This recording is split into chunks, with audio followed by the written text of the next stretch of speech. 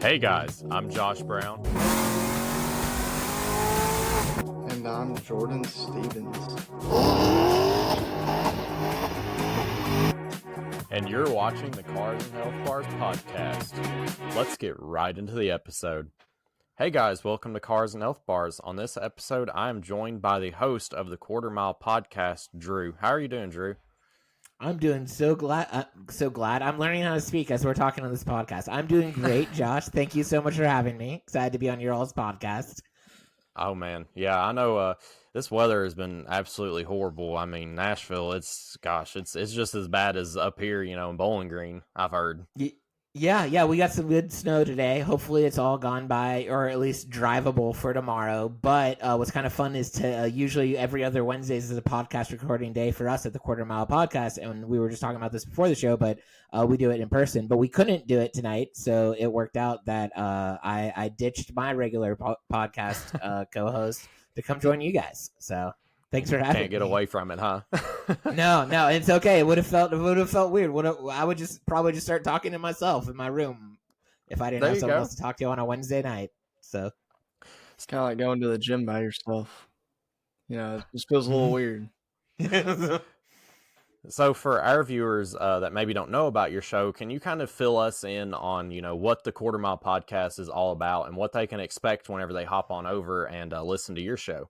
Yeah, absolutely. So the Quarter Mile Podcast is a movie rewatch podcast. We call it a Fast and Furious themed movie rewatch podcast. So when we first started in our first season, we just marathoned all the movies and have an episode for each Fast and Furious movie.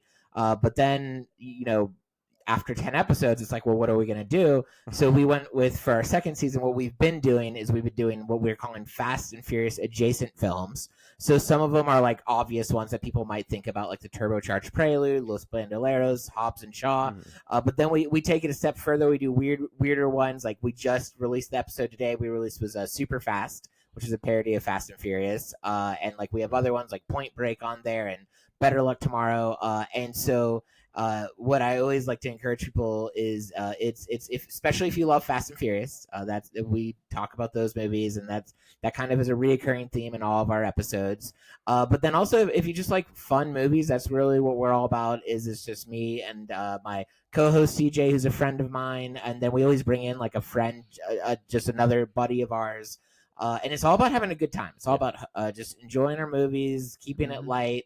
That we always challenge everyone at the end of each episode to live your life a quarter mile at a time.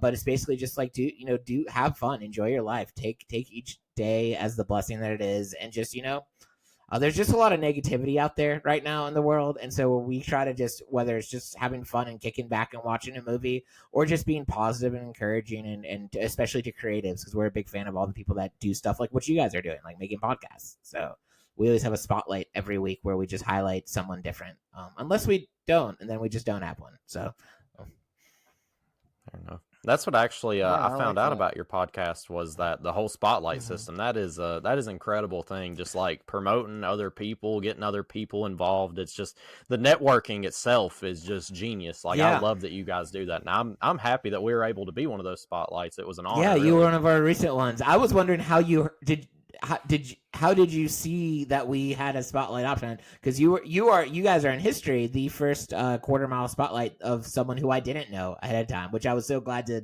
get your all's. But yeah, where did it pop up in? I really don't. I know it popped up on Instagram, but I don't remember what. I was just doom scrolling like normal, and I seen Spotlight your podcast or something. Of course, we're car oriented too, so we're like, all right. Even if it wasn't, like, it's just cool to spotlight other creators. It's always great to put each other up on a pedestal. That's one thing that I listened to in one of your recent episodes. You said, it's just good to spotlight these people so you can make connections, and connections make connections, and it's just a good way to build a web of a community.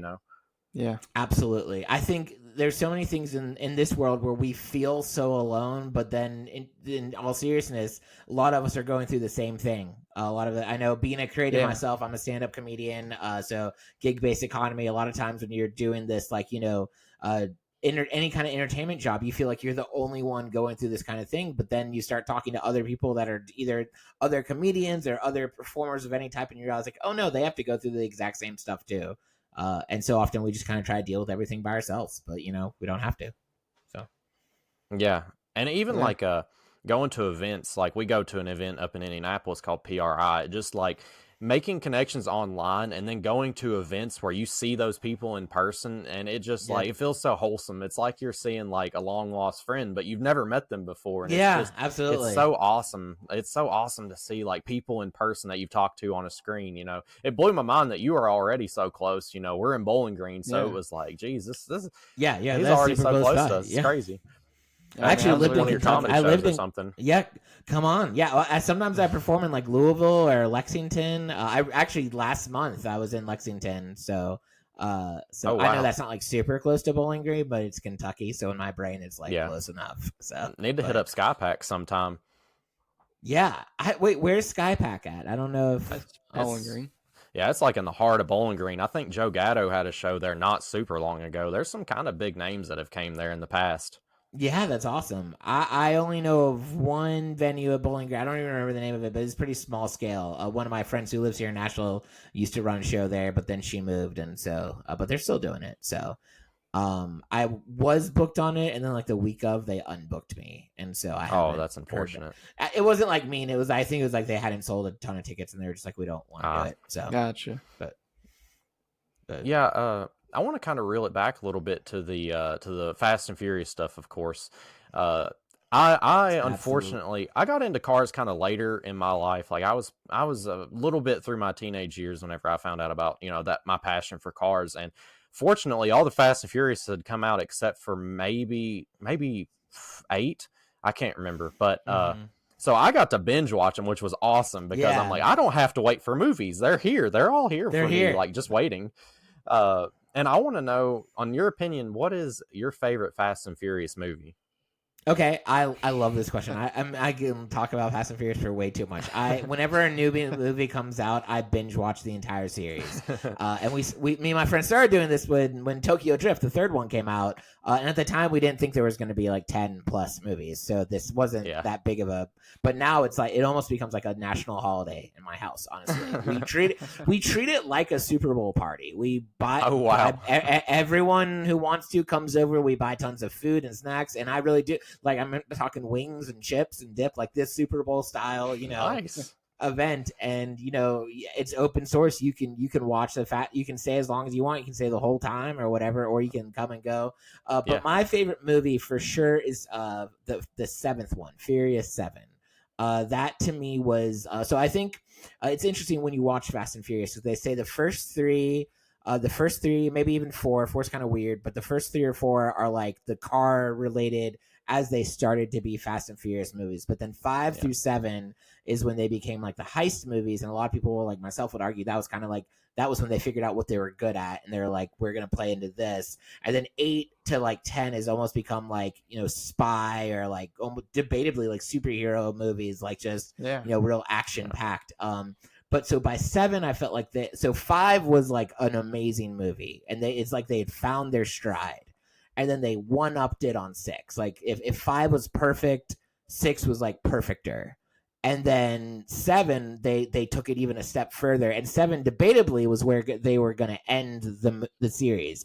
When you watch 7, there was a lot of full circle moments with the first one, with other ones in the series. It was the last one with Paul Walker, so it has that amazing tribute scene at the end. But there's all kinds of like little callbacks where you're like, I think this is supposed to be the last one. And then when you listen to like the director in interviews, he talks about how he and Paul Walker had planned on being done at 6. On 7, Paul Walker was still in the Justin Lin, the director, wasn't in, but Paul Walker came up to him and he was like, do you know how much they're going to pay us to do this? We should at least do one more movie. And so they planned on doing like one more movie. But then what happened was 7 broke records for Universal Studio for how much money it made. Like it went up. I mean, it was beyond. Part of that might have been this movie came out right after Paul Walker passed away. So there might have been that kind of factor to it. But it really did kind of do all the things that Fast and Furious does well. the over the top ridiculousness, the cool action scenes, the cheesy family kind of stuff, like all the stuff that fans love. 7 was just killed it. And then when 8 came out, it was still a fun and good movie, but you could just, in my opinion, from 8 and especially in 10, you just like, you don't see the same kind of fun that they had in 7. I think 9 brings it back a little bit because they go over the top ridiculous in 9, but like 8, it almost feels like you almost are like taking a step back from the feeling that they gave you in 5 through 7. So yeah, I agree with the 5 through 7. That's definitely my favorite like era of the Fast series. Yeah. Do you have a favorite one, Jordan? I think. Honestly, I really like the second one. You know, Second, that's a fun I got one. Started on, so just I remember it has so much with my dad nostalgia in it. Like, yeah, it's just bright colors, all the ridiculous car scenes. And to me, I think the second one was so 1 through 3 kind of all have different feels to it. In fact, 4 as well. They're still they hadn't really found their stride yet. But the second one was goofy, funny kind of vibes. Yeah. And by 5, they picked that up and they learned how to do it well with the action. But like second crawled barely so that 5 could really run, honestly. So yeah. But I like second too. Second, Too Fast, Too Furious gets so much hate from like people on like Reddit and stuff like that. But last year when we were watching all the Fast and Furious movies, we had an ongoing poll where people would like rank the movies, and there was a point system. That's cool. Yeah, and second did way better than you would anticipate because it wasn't a lot of people's favorite, but it's like a fun, nice, enjoyable movie, and so it ended up making middle of the road. And it's funny because people like were so angry about that. They're like, "Oh, second's too high," and I'm like, "No, it's a good movie. It's a fun rewatch." Yeah.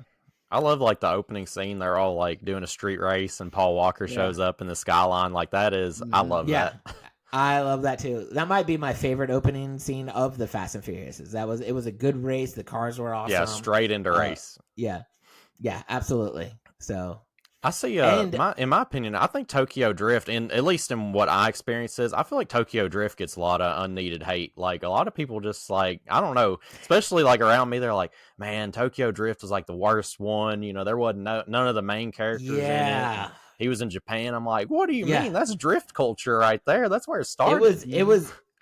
I think I hear that a lot too. In fact, I'll be transparent. Before I got really like with this podcast, I learned a lot of behind the scenes things with Fast and Furious.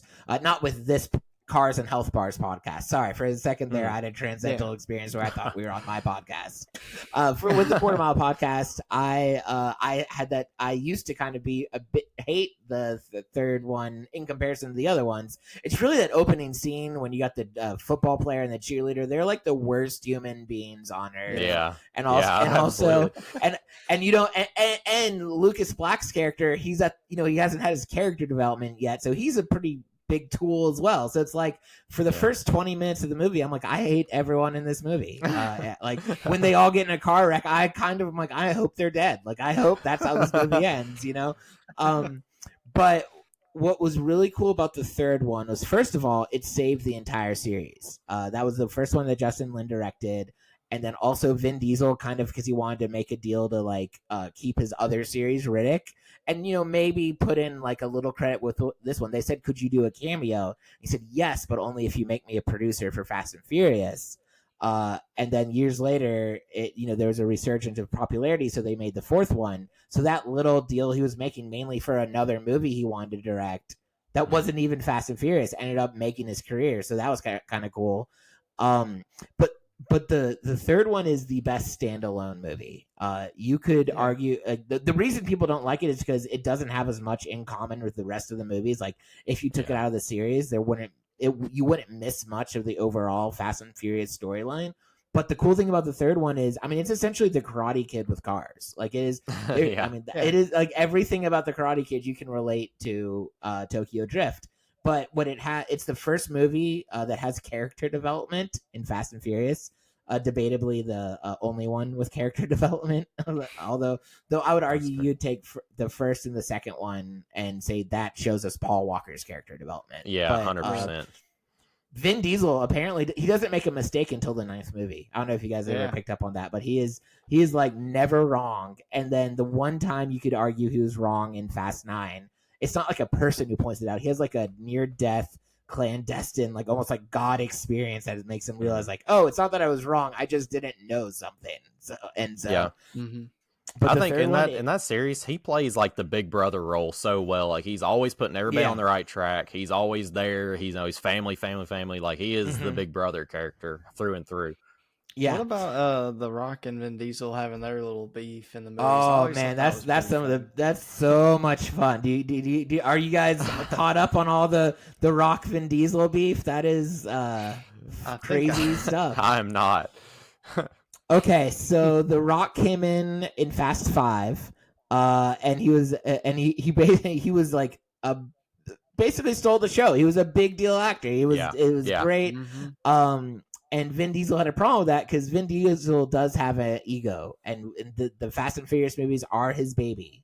And so in that movie, when you watch the fight scene, it is so between The Rock and Vin Diesel, it is so it's so out of sorts because neither one of them in their contracts they can't lose a fight because it messes with their action hero mentality. So the writers instead of these actors being mature enough to realize that when you lose a fight that makes it for a better fight later, the writers actually had to write a fight where they both got punched and hit evenly, and they had to do camera angles to make Vin Diesel not look so much smaller than The Rock because the director's like, I want to be bigger. And then so then he had a small part in 6. And there wasn't a ton of beef in 6. And in 7 he got a little bit more. There was some stuff on and off stage, but 8 was the one where they really had issues. And like every scene you see you'd never see The Rock and Vin Diesel in the same scenes at all. And then it was so bad in 8 that was when they said which is crazy. The Rock is such a big deal actor that when he like openly did things that Vin Diesel didn't want, they didn't fire him. To keep him happy, they gave him a spin-off movie. So it'd be like if you went to any of your jobs and didn't do what the boss wanted, and instead of getting fired or reprimanded, the boss gave you a promotion. Like the boss gave you a bonus. Like that's how you know you're a big deal in Hollywood. So but then we're in my podcast we're about to review Hobbs and Shaw. It's going to be our 8th episode for season 2. It is a fun movie. I'm actually going to rewatch it tonight after the podcast. So after this podcast, but there were still issues with certain things in that movie because Vin Diesel didn't like that The Rock now had a part in his franchise, kind of a separate part, and so they still had beef there. But one of the most interesting things is at the end of 8. There was supposed to be like a mid-credit scene that promotes Hobbs and Shaw, and they made it all the way to the final production of the movie. Like I don't know the exact terms, but like they had the last cuts or here's what we're gonna do. And Vin Diesel saw the last what was supposed to be like the final draft, and he saw that mid-credit scene, and he said they could not put that in there. They needed to take it out. Because it was promoting a Rock movie, not his movie series. It's a mid-roll. Right, yeah. But when you think about it, they had gotten it to like, this is like fresh to print. We're good to go. They had to spend so much extra money redoing that the last tape or whatever just to cut out that part just because Vin Diesel said, I don't want it. That's so petty. Yeah, it's fun. One of my favorite things about the Fast and Furious saga is the beef between The Rock and Vin Diesel. I wouldn't be surprised if it was like fake. If it was like made up, if it was just what they do to get extra views, but it feels so real. Yeah, it does. You're talking about Hobbs and Shaw and reviewing like non-Fast movies. What would be your favorite non-Fast and Furious car movie? Favorite non-Fast and Furious car movie? I think it's the one that we just reviewed in the episode's coming out next week, but The Italian Job. I don't know. Is that a car movie or is that more a heist job or a heist movie? And I'm talking the Mark Wahlberg one. Oh, yeah. No. Okay, Mark Wahlberg. Let me think. Well, Jason Statham's in it as well. So I don't know if that counts as a car movie. That might be a heist movie. I don't know, because what came to mind for me is Baby Driver, which, again, heist movie, but, I mean, still cars. Yeah, it's a really good movie. I think of that, like, that relates to, like, a lot of people, especially, like, people that are like maybe street racers or whatever, and you just like turn on something, you're like, yeah, this is my song right here. You know, start driving fast. Yeah. What kind of got you into cars to begin with? Oh, my bad. I should be full transparent. Unless you're asking Jordan, I am not the biggest car person. I like cool looking cars. That's fine. I don't know a thing about like other than what they look like. So to be Fast and Furious got me into cars because, you know, and I think if I got into cars, I really do think we were talking about Tokyo Drift. I really do think like the Japanese models look the coolest. I think that might be my vibe. Yeah. Is that like is that like anti-American? Are you guys in Bowling Green? No, not at all. You almost have to have an import guy in the group, a guy that likes the Japanese cars. Like you almost got to have that guy in the group. Like it just changes up that diversity. It's just like lame if you got a bunch of like Camaro guys or Mustang guys. You got to have that one import guy.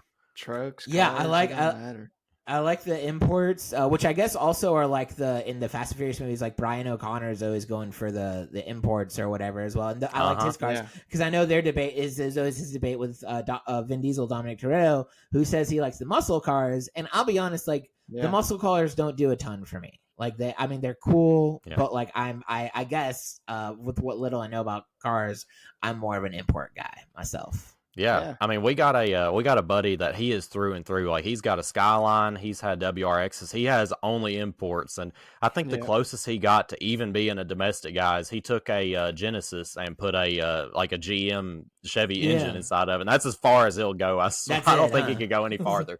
His dad hates it too because he's a big muscle car guy. Like he's always had the old school Fords, and he's like, I don't know what to do with him. All he wants to do is drive them imports. It eats him up. Now, what do you guys drive, or like what's your go-to cars, or even what's your dream car or whatever? Go ahead, Jordan. Well, I drive a 2010 Camaro, but it blew up, so I'm not driving it now. I got a motorcycle too, 07 Yamaha R6. Well, that's cool. As far as my dream car, I think it'd be a '63 Corvette split window. So all right, that'd be awesome. Yeah, I drive a later body style of Jordan's car. I drive a 2014 Camaro, so we're kind of Camaro boys. That's cool. And it hasn't blown up yet, but we'll see. We'll see what the year holds. Give it time. So I drive a 2012 Honda Civic. Hey, I like all Civic. Right. Man, my boss has he's got a Type R Civic, and that thing is nice. I would have one if I had the money, but they are getting expensive. The newer ones are. It's because they're freaking awesome. They don't they don't break. They don't wreck. They whatever they're doing to make them. I don't know if they're using adamantium in them or whatever, but they're tough cars. And but when I got mine, it was actually pretty cheap. Like it was, and I got a 2-door instead of a 4-door, and I saved $1,000. Like it was. Oh, I like the 2-door. Yeah. You know, I the 2-door looks cooler on the outside, but I feel like it's less comfortable on the inside. So like if I had an option to do a 4-door, but also not spend an extra $1,000, I probably would have done that. But fair enough. I know Nashville's got a pretty, which, you know, you said you're not super into the actual inner life car stuff, but I know Nashville's got a pretty bumping car scene because we go down to the Cars and Coffees occasionally, which it's a pretty good haul for us, but it's almost worth it because it's like, compared to what we have up here, it is ginormous. Yeah, that's awesome. I didn't know that. I know there's a lot of people like drag race in my neighborhood on the road right outside of my house. Really? So when you think car scene, like that's the car scene I think of and I'm not gonna lie, part of me always wanted to go like join them, just take my Honda Civic down there and just you know. Yeah.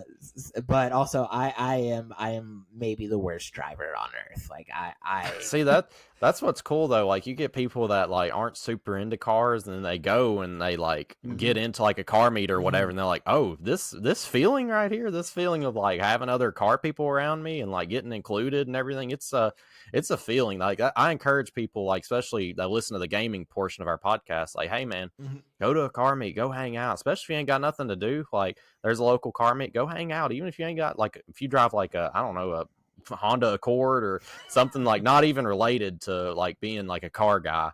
Like it's just cool to go out and interact with people. Man, my dad always just drove his work truck, you know. Shut up. Yeah, that's awesome. What our in my last season, our videographer, and he was on a few episodes. He actually was a big car guy, and he always would meet up to our recordings in his like Porsche, and he would like take out all of his like video nice. gear That's from cool. like his little Porsche. And yeah, it was always a cool. It was because both me and my old co-host Bailey, we didn't have wonderful cars, but we'd kind of pull up, and then he'd pull up in his like. It looked like he was. I mean, it looked like he was in Fast and Furious. Like I felt like I was like Yeah. he was bringing the car for the theme for what we were doing. So That's awesome. Yeah, that is awesome. I love it, dude. Those Porsches are so clean. Like it don't even matter if it's an economy Porsche. It still looks so good. So I guess I want to rope it back to the Fast and Furious stuff here for a second. I want to know, in your opinion, which it might that be always happens Tokyo with Drift, me. but yeah, same. What is what's your least favorite Fast and Furious movie? Like, what could you just see being not in the series whatsoever and would be all right? Well, this is a hot take. So for Tokyo Drift, it could be if they took it out of the series, it would impact the least of Fast and Furious. But that Tokyo Drift's not my least favorite one. My absolute least favorite one is Fast X, the 10th one right now. And I'll reserve some of my judgment to see how they end it. You know, they left it on a cliffhanger, and so when the next one comes out, which they're not calling Fast 11, they're calling it Fast 10 Part 2. Because they always do weird names in Fast and Furious. Yeah, they always have fun and weird names. Either they're bad at math or like it's on purpose. But like, but no, Fast X was rough. I will say Jason Momoa did his best to save the film. He was a fantastic villain. Gave us something we hadn't seen up until, you know, like that. He just gave us a different type of villain, and there was a more fleshed out. You almost saw more of him, but it felt like all the characters just really didn't want to be there. There was like it broke it up into like 3 storylines, which it kind of did in Fast 9 in a way that worked, but in this one, like you really only cared about one storyline, and like it just seemed like all the actors didn't want to be there. And I don't know, like usually Vin Diesel's stoic, like not acting is good in those movies because he does feel like everyone's the older brother or dad, or like when he's giving those, but like he just seemed so like dead inside in that movie. Like I don't like have you guys seen Fast X? Is this all like news? No, I haven't. Oh man, I think I ended at 9. I broke off somewhere. I think I broke off I think I watched the one after they stole the safe. So I mean, I'm pretty far away from current. You still got some good ones. You got some good ones to get into. 6? That one was 6 was 5 was when they stole the safe. Which there's a fun. I watched 6. Yeah. Yeah, there's a fun fact about that. And you, Jordan, you were saying 5 was probably your favorite. So there's a rumor. It's unconfirmed, but like to me, it has some legs where it could be true that the Italian Job with Mark Wahlberg and them, they had a script ready to be a sequel called The Brazilian Job, but they ended up not making that movie, and they sold the script to Universal, and that became part of what's Fast 5. And the reason that's the most likely in my head is because when you see that bank vault chase scene, which is one of the best car chase scenes in cinematic history, it is like, as much as I love Fast and Furious, I'll never say it's their cinematic masterpieces, but that scene is so above and beyond anything else they've ever given us in that series that it would make sense that the reason it's so good is it's from another script for a different movie. So that, yeah. What was that? I think it was Fast 8, where they steal the hypercar and the skyscraper. I can't remember. Yeah, that was 7. That was 7. They stole it and they drove it out the window and through like 3 buildings. That was pretty cool. That car looked for me a little bit. Was that one the one that lost you? That's always a fun game to play. Which Fast and Furious was when you're like, this is I like the movie, but that was a little much for me. Just that hypercar and the skyscraper. Like I was like, couldn't. I don't know. It didn't seem to me as what I think of Fast and Furious. Was it because it was like so not realistic, and you're just like, I can't do that? Yeah. Which I mean, to be fair, the one where they had the tank chase too, like that wasn't either, but I did like that. I don't mind it when they go above and beyond ridiculousness for the like. It's almost like because like feel like 5 was when they started the trend of every movie they're gonna have a bigger above and beyond. Of course, in 9 they definitely. in 9 they went to space, and it's tough to top space. And I think they tried in 10, but they didn't. But that, to me, part of the fun is watching what's the next ridiculous dumb thing they're gonna do, and somehow incorporate cars, you know.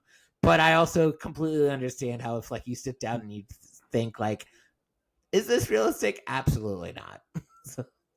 But that's fun, you know. Like I think that's where I hear a lot of people breaking off is like they see the whole like space thing, or they hear about it even, and they're like, they can't keep doing these unrealistic things. Then people get lost, like you said, and you know, and yeah, it definitely 100% it follows that theme of bigger, better. Yeah. You know, it's like you said, it's almost enjoyable to watch. I can't remember why I dropped off. I think I got into Fast and Furious whenever they took it off all streaming. I think maybe they had up to 5 like streaming. And then it got to the point where I was having to like rent a movie for like $5-6, and I think I did a couple of them. No. And I'm like, man, I can't keep trucking with this. It'll be on something eventually.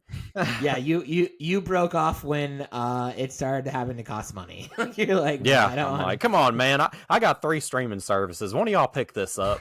Right. It is so weird how like they trade off who's got what movies. But I feel like a lot of the Fast and Furious movies end up for a little bit, like a couple months honest. Like I feel like recently they were on like Netflix, and then like and it was so funny because when they went off Netflix, I had like 4 friends shoot me messages like, do you know that they're going to stop doing are you ready for them to take Fast and Furious off the streaming service? And I was like, you act as if I don't have the full series on DVD and a DVD player just to watch Fast and Furious. So fair enough.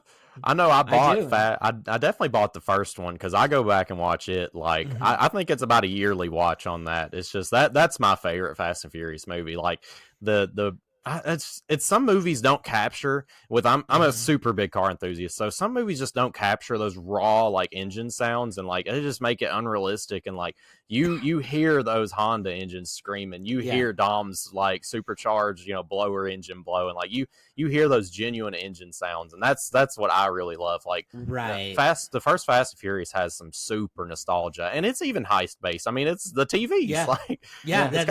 They were stealing DVD players. Well, I'm so glad to hear you say that, because the first Fast and Furious movie, the reason they made it was to raise awareness for car racing culture. Really? Like it was, so there was this article written called like Racer X or something, and the people that wanted to do the Fast and Furious movie, they said, we want to turn this into a movie, and then they kind of took the plot of Point Break, and they said, well, let's turn this into a car racing movie. What was interesting was so much of the hype around Fast and Furious, it really kind of helped define culture, and not just like a lot of like, it was like early 2000s, and like the way they dressed and acted and stuff like that seeped into like a high school culture, because the movie kind of took our nation by storm. Like I remember being in high school and everyone trying to dress all like Fast and Furious, like especially when the second one came out, everyone kept trying to talk as dumb as they were talking in the movies. Like it was like a real trendsetter. And then I don't know enough about car culture to say this definitively, but apparently it did have an impact on car culture. And then some people would say that the really big car fans are like, yeah, it kind of had a not great, like it kind of made car culture get a little too showy compared to what it was before. So I don't know that for sure, but I do know that people in car culture had strong opinions about it. Fast and Furious was either how they got into car culture, or it was like they were already in car culture and they were like I have a friend who used to like remake Volkswagens or whatever, and I guess race them. I don't know. He has like videos of like all these cool things that he did with these Volkswagens, and he was like, yeah, Fast and Furious kind of messed our culture up a little bit, but like they were still cool movies, So I can kind of like a bandwagon. I might say it, but at the same time, it did a lot of good things for the car community. So. Yeah, like you said, there's a lot of people I know that personally they got into cars through Fast and Furious. Like it's hands down, it inspired a lot of people. I like it. I love that. Inspired me. And what's cool about that is what they did it. Okay, that's all. So how old were you, Jordan? Maybe when you saw Fast and Furious for the first time? You look 12 right now. I don't know how old you are right now. I was probably about 12 when I saw it the first time. I'm 24. Oh, okay. So I was like, oh, right. So last week, okay, got it. No, I was just kidding. We get that a lot. For yeah, sure. like I'm looking at you guys like I don't know how did I join some kind of like Twitch teenager gaming, so like hey, we're gonna play Rocket League after this, Oh, you don't even want to get me started on that. Yeah, I think my lack of facial hair just like kills my age. Like I get all the time, like, oh, did you just get out of high school? How long ago was that? I just turned 25 last year. I'll be 26 this year. So, yeah, we're not super old, but yeah, we're still doing it. I guess adulthood hit us pretty soon. Yeah, well, good. But, yeah, I mean, but like, there's no one's ever complained about. I mean, when you get older, you're not gonna be like, man, I hate that I look younger than what I am. And I don't know if there's ever, yeah, I don't know if there's ever an age where you're like, I wish I looked older. Like, so exactly. Yeah. Right now, I can just say I'm mid-20s. That's just kind of what I tell people. I'm mid-20s. Yeah, people look at you and they think either 20 or a really sick 40. Like, they're like, yeah, I've heard that too.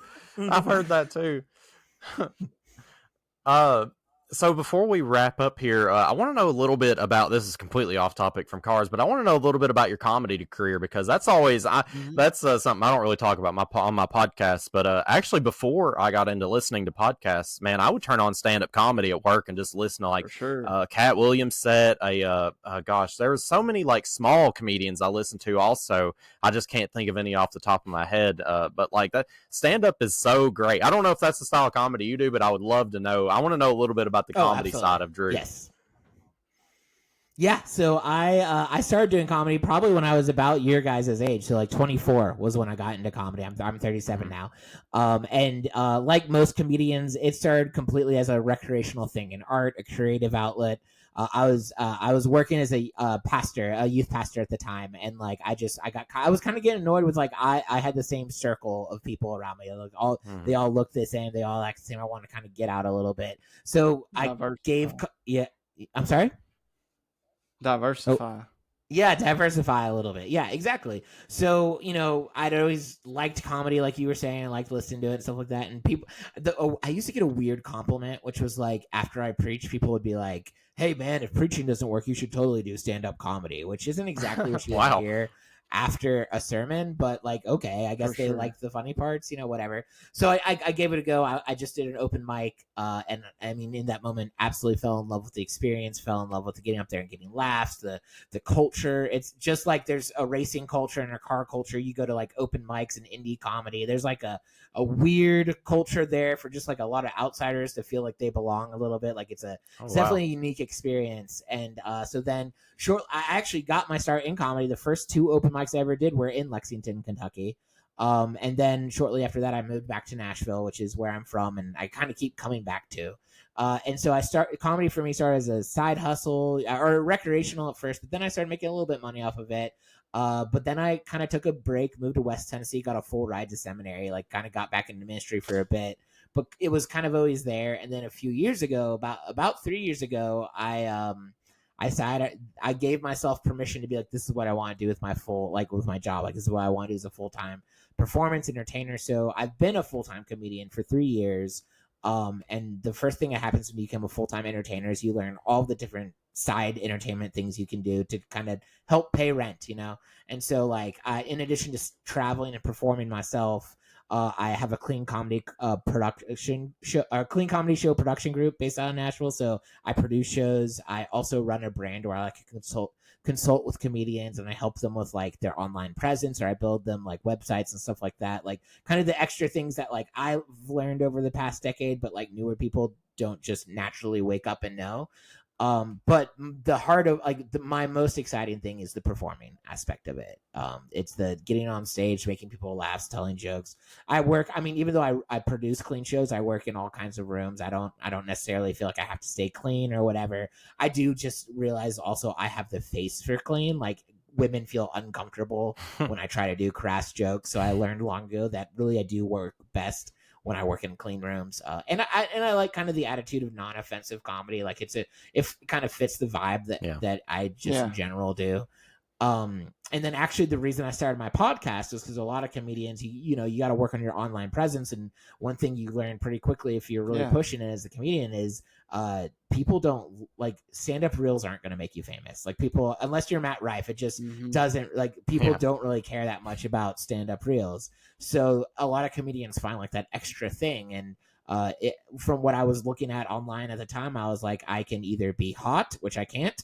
I could do dances, I could do sketch, or like I could start a podcast. And so and I loved movies and I loved Fast and Furious. And so like instead of doing a podcast on like comedy, which a lot of comedians do, or like a podcast on so like another area of knowledge that I have, so maybe like something theology or Christian related, I was like, I just want to do something fun. And so that's why I decided to do a movie podcast. So, but it always was to help build my following as a comedian.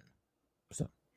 Huh, that's pretty cool. I mean, it's a good outlet to have to feed people into your podcast. It's like you said, there's so many comedy podcasts out there. There's a lot of religion podcasts out there too. I mean, we kind of relate because a lot of people, especially like, I guess professional podcasters, I've got advice. They're like, if you guys want to go mainstream, if you want to have a big podcast, you got to drop one or the other, either cars or gaming. Like it's not going to work. And they're like, well, that's what we like. We're going to keep doing what we like because it's us, Yeah, and I feel like I do hear kind of what they're saying in that, but I feel like almost more important advice that I got when I started my podcast was like, you have to really like what you're doing, because at the end of the day, you're the one putting out the episodes. You're going to want to get to each episode. You have to keep talking and being excited and generating good content about what you're doing. So it's like, if you're not completely sold on the stuff you're doing, then you'll eventually, especially like you guys know probably better than I do, well, I feel like I don't actually, what episodes is, how many episodes have you all done? Gosh, we're well over 100. We've been going for 2 years now.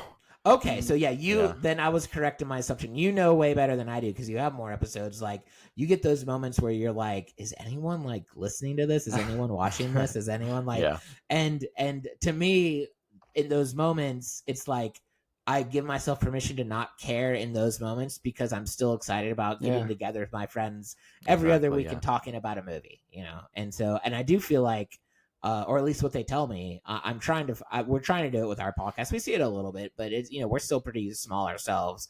But I do feel like the people who connect to your stuff will find you. I feel like it's almost like a weight loss. Like if you look at that number, you're going to get discouraged if it's low and you're going to want to stop. Like there's just a certain point where you just got to be like, all right, you need to focus on making content. Like the numbers are good, but the numbers can also discourage you. I mean, it happened to us, but we just had to keep on trucking. Consistency is key. At least that's what we have found out. Like if we slow down, like it tapers down. You're like, no, we got to keep on trucking. Like got to get creative or something. Yeah, well, one of the things I'm wondering right now with my podcast is we just this year we became like a weekly podcast, and so I feel like in theory that's going to help increase the numbers, but we're about 5 or 6 episodes in, and it hasn't really increased the numbers of being weekly. But I feel like that's probably fine. Like I feel like it probably takes just consistency in doing it.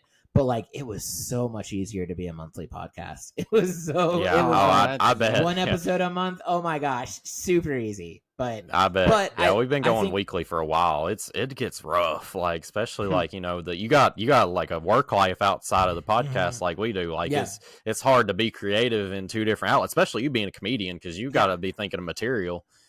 Absolutely. And one thing I did that I feel like is going to make it a lot easier is after last week, maybe I gave myself permission to like I used to with some of like the YouTube videos of our podcast, like do a lot of extra editing, add some graphics, add some subtitle or not title, like just cool things. But that's what takes forever. And so now, I just finished editing next week's episode, and all I did was, I did the regular editing part, but I didn't add any extra graphics. I just put the intro and the outro on it, and that's gonna be what goes up on YouTube. And, fair enough. Hey, sometimes you got to do it. I mean, it almost seems like you got to pay a guy to do it.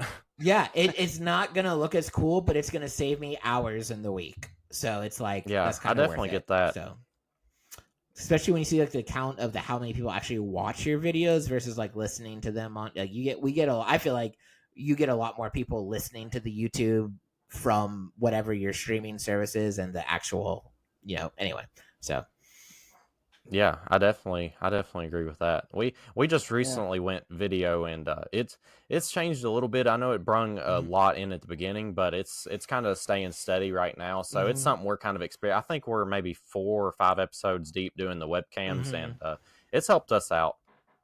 Yeah, It that's good. especially helps out for like reels, like short form helps us out a lot. Like Yes. we got a little following on TikTok. I Yes. mean, we've got a few viewers. I mean, but it just helps the short form content because I mean, how are you going to make a reel of just talking? You know, like there's Absolutely. no visuals. Yeah, and that's what we still make. We base that's the main part of our videos is for the reels, and it's interesting. You get like different kinds of fans on TikTok than you do on like your listeners. Like Right. like there are some people that just are there to watch your reels, and I know I'm like that I with some know. of the podcasts. Like and like on one hand, it's kind of annoying because we want them to come to the podcast, but like Right. I love how much they enjoy the like. I got one guy that literally comments on every TikTok we ever post. And he, I mean, I feel like he wakes up and he looks up the quarter mile because like I'm talking every day. We post a reel Monday through Friday, and he's commenting on it. He like look every reel for the past like year, and it's wow.